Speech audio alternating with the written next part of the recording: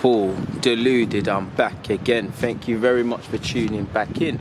I'm in my lunch break. I found somewhere quiet to make a vid, so let's do exactly that, especially because I've seen or come across some interesting comments by David Ornstein.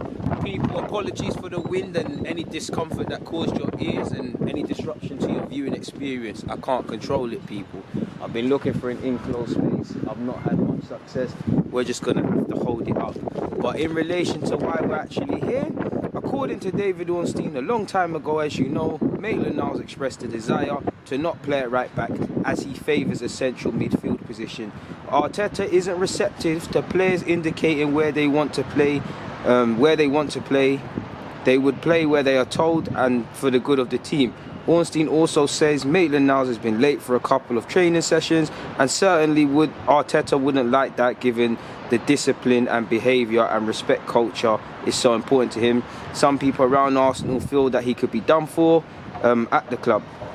Now that's an interesting one. The first thing I will say, I'm Maitland-Niles' biggest fan. You know me, people. Again, I don't know it to be true. David Ornstein made a big case of what he's saying is not necessarily facts.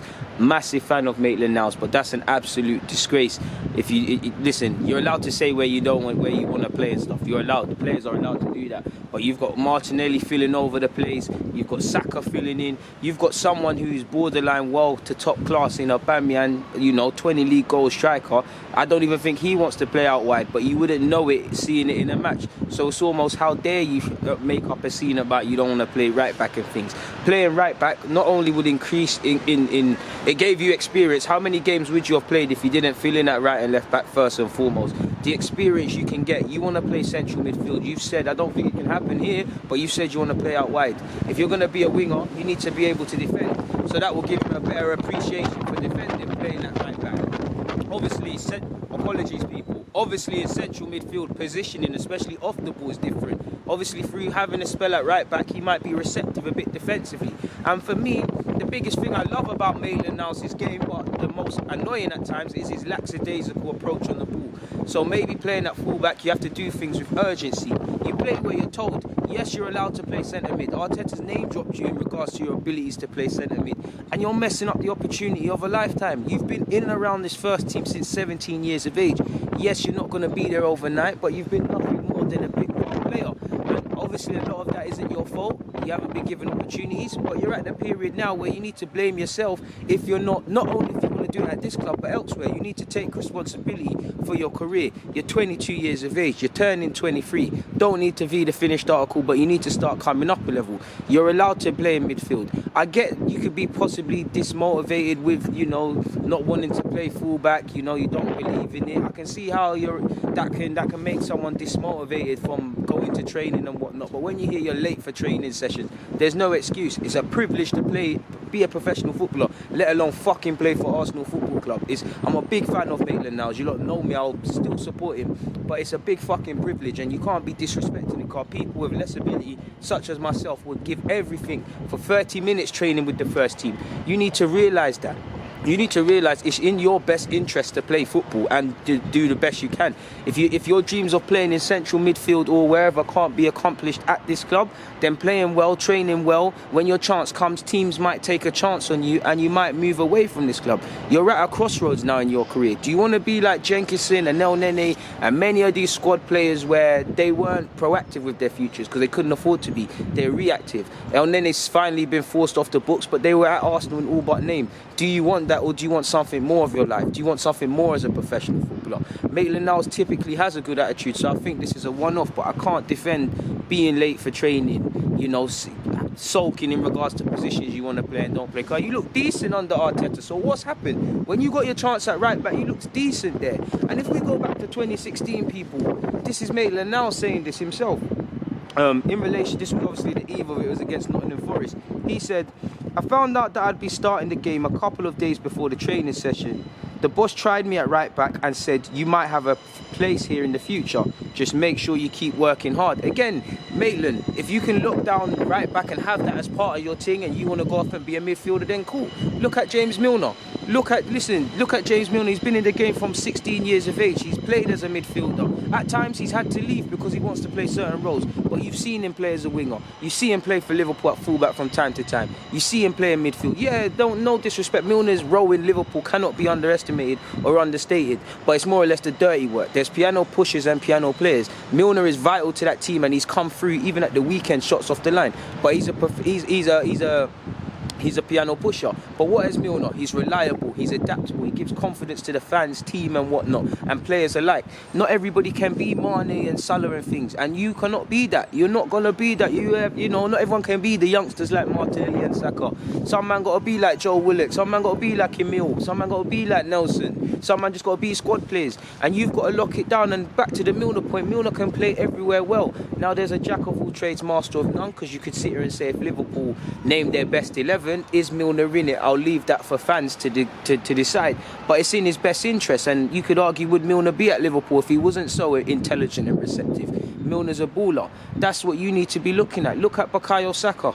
Bukayo Saka, he keeps saying he don't want to play left back, but you wouldn't see it in his performances because he recognises how many teenagers are playing professional football week in, week out. So it's an opportunity for him. It's an opportunity for him to develop and broaden his footballing IQ. He's playing to the standard where, like you're even saying you might have a future here. So you never know. It's in your best interest. To a lesser degree, you look at Joe Willock. Many people, myself included, don't think he's a 10. But why is he playing? Because Arteta has faith in him, and more important than that, he's training well. That's why he gets opportunities. Reece Nelson's had a bit of a touch and go season. Why is he getting opportunities as soon as he's come back from his injury? Because he's clearly training well and giving off the attitude.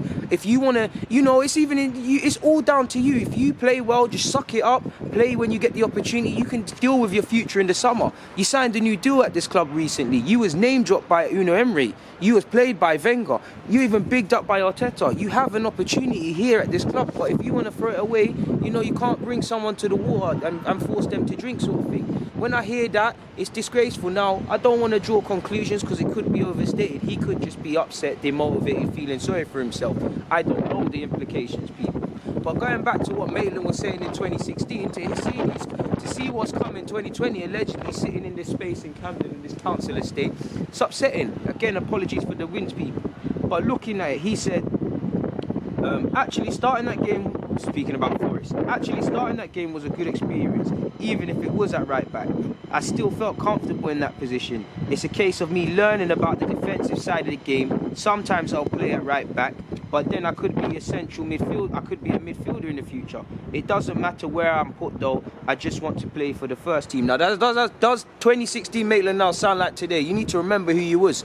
You need to remember because you summed it up. You might have a future at right back. That legitimately might be you. You look at Aaron Wan-Bissaka. Would he be playing for Man United and spoken of England duty if he stayed as a winger? Would Hector Bellerin be at Arsenal if he stayed as a winger? No, these things happen. I wanted to be a striker in my grassroots days. Clearly, don't get to it, I'm not going to rub myself out. I was fairly prolific. But for some reason, it didn't work out. So man found himself at right back. It's how the cookie crumbles. This is how it gets. You have to accept it. And to hear you saying this in 2016 when you're 17, 18, now you're 22, 23 in August, where you need to be making headroads and developing into what player you are tomorrow, is upsetting. And Maitland-Niles, your attitude is normally... Listen, I've watched Maitland-Niles come through this academy. The best memories of him, there's many memories. He was doing what Saka was doing, playing the age groups above. You look at the Stoke at the Emirates, he bossed it. It might have been Stoke at the Emirates, it might have been another game, but he scored from 20, 30 yards. The man's got ability, but you're going to waste it. I don't want these young lads to look back in their career and think, what is this? Because like you see with these young players, the decision is theirs. You break through in the team, everybody loves you, now it's down for you to kick on. Do you want to go and be Saka and Martinelli and be something like that in that we're thinking of you in the future? Do you want to be someone that we're thinking, oh boy, 15, 20 million for Maitland-Niles, he's looking decent, Do you want to be that? It's down to him. If you want to leave, then do your thing. But within the next year or so, or from now to August, you need to ask the question. And you don't know me, I've been very big on the Maitland-Niles case, making videos and all sorts. You just type in Deluded, Gooner and Maitland-Niles and why he's not playing and this and that.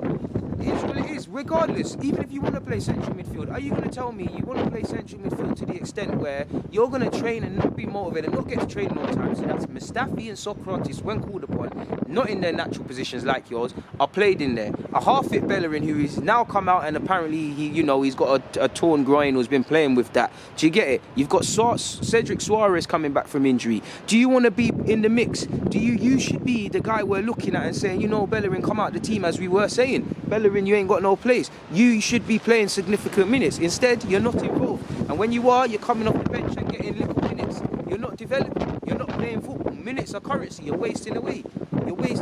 Seize the opportunity, because it will on. A footballer's career is short. You're earning finances. You're playing for Arsenal. You're doing good things. But sooner enough, it's going to bite you on the arse. And what's the biggest fear in life, people? Regret. I've seen in my short life regret tear people up. Because you can't change things when you're 80 years of age. You can't go back in time when you're 40 years of age and your career's done. But what you can do at 20 years of age is think about where you're going. Especially because you've said, look at what he has said in 2016. I've just said, people. Moving on with that as well. It's also said, you see the players we train with step out on the field in front of 60,000 people, and you just hear the roar as well when their names are called out. For that to be me, it put a huge smile on my face, and I just want to thank God for every opportunity I've received. When I was a kid, my dad always told me, no matter how many people are there, there's always someone important in that ground watching you. You've got to impress. And listen, you're letting down your father with that comment, because listen, like I said, normally his attitude's been spot on. I can't speak highly of Maitland-Niles. But what does that tell you? His own father said you've always got to impress. So when you hear, clearly your dad and you are driven individuals. So when you're hearing you're at training and you're late at training, clearly you're not impressing to the extent to get in the lineup. This is a disgrace. Look in the mirror and think of that 2016 Maitland-Niles who burst onto the scene. Are you frustrated with a lack of opportunities? Is there probably more to the scene? Of course. Your situation has to be reviewed in the summer, to which, for me, I want to keep Maitland-Niles. I think he can be a good squad player. I think he can have a say in regards to midfield, considering there's injuries, if he gets his head down. I think he can do something at right back. Equally, I feel, 20 to 15 million in the summer, it could be a decent one for us. These careers in the balance. Get your head down at least until May, because you have a fantastic opportunity at hand. Like I said with Saka, to a lesser degree, look at McTominay and Brandon Williams at United. They took their chances through different circumstances and have made their way. You look at Billy Gilmore at Chelsea, he's had to wait. Arguably, it's harder to break in, yes, with their ban, but he's busted and come through and took his chance. Different examples. When you get your opportunity, you have to take it. There's no way around it. Maitland-Niles, fix up, man. Fix up. Going off topic though, people, apparently Arsenal are among a series of clubs interested in signing Milik from Napoli. He scored 9 times in the league this season and is valued at around 45 million. Now, we've been linked with him several times. I don't think that one's going to happen. I think he's a very decent player. Did he not have a big injury? Yeah, 9 goals isn't exactly the most prolific. I just think this is paper talk. But he's a decent player. But I can't. If Aubameyang leaves and he's the man to fill his boots, while I believe in his abilities as a footballer, it would leave me feeling a bit, people. I'm not gonna lie to you. Moving away from that, and Dick Avocat, in relation to our alleged interest of Okonkwoku, has said, it seems that what I read is true, but no one from Arsenal has yet to come to Feyenoord to make their interest clear. So again, interest and wanting a player doesn't mean anything until I's are dotted and T's are crossed and agents and people start negotiating. Everybody's interested. Few players are actually chosen, sort of thing. Everybody's interested in everyone. Everyone's interested in every wonder kid. But interest, having dialogue, building up reports is completely different from getting it over the line. And we will be linked with him again. It won't go away, sort of thing. He's a decent player. Moving away from that, and just a quick word on Pablo Mari. He has said, I want to play in one of the best leagues in the world, and now I'm here. I'm trying to do my best for the team and the club to win a lot of games, and also for the fans to enjoy it with me. And he needs to go and tell his teammate Maitland-Niles that, because he's got his opportunity after having to wait. Played 2 games now, and he still might not even start against City. But that's the attitude you want to hear.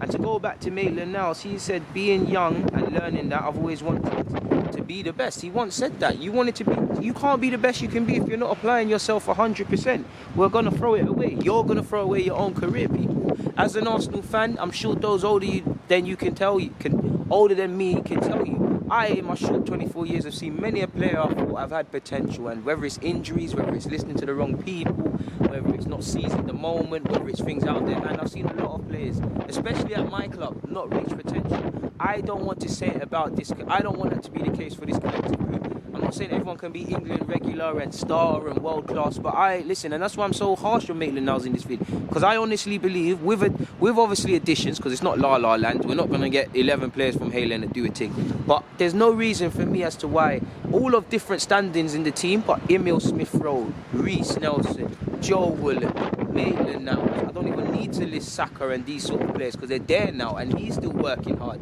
So you get it? Saka should be, if anything, Saka should be behaving like you. Everybody's on him, everybody's screaming his name sort of thing, you know. Club probably begging him to sign a new deal. Probably, if he said he's leaving, alerting everyone in Europe. Sooner or later going to be spoken of England chance. He should be getting his head up, but you don't see that from Saka. He's still playing with the hunger. Maitland-Niles, he comes across as he's arrived. You ain't arrived. You've arrived more than I'll ever arrive. You're an established Arsenal first teamer. On paper, you've accomplished the dream. But these things can get suckered away from you in an instant. So fix the fuck up, Maitland-Niles. Because I do believe all of these players can progress and be part of this team in some capacity. Not everyone is going to be a regular. We're going to need to bring in other additions. Some players naturally are going to fall by the wayside. Don't let it be you. And that goes to every young player, really and truly. Away from that, though, people, and just looking at our last 9 games, is that 9? I think it says 9. I think including the City game. It's down to the wire, isn't it, really, people? I mean, can top 4 be achieved, or 5th, or whatever, with City away, with Brighton away, with Norwich at home, Wolves away, which is on my birthday. Hopefully we don't lose. Leicester at home, Spurs away, Liverpool at home, Aston Villa away, Watford at home, and we've still got to play Southampton. So we've got it all to do, and I'm not going to lie. I think Leicester's a tough game and Norwich is a tough game, but purely because they're at home, I'm a bit more confident. I'm shook of going to Molineux. Obviously, I'm shook of playing Wolves. Leicester, you don't know what they're going to throw up despite home comfort. Spurs, North London derby away from home. We don't know what that's going to say. Liverpool, you'd expect them to hand our bums to us when we face them. You know, Watford and Villa, considering these are games we should be winning, but considering they're fighting relegation and we're getting to that period where you start to see a few dodgy results as people are fighting for their lives, you don't know how it's going to throw up. So it is very much out of our hands, and it sounds cliche, but all we can do is win as much as possible, try not to drop points where we don't need to drop points. Football is a simple game, really and truly. Easier said than done, of course. Very pessimistic in relation to that for me. I didn't even believe we could win Europa League, but I felt that was our best route. But that's gone now. There's no point crying over spilt milk. There's nothing that can be done simply in that regards. On that note, though, I'm going to get out of here. There's really nothing more for me to say. People, it's always a pleasure. Deluded, I'm out.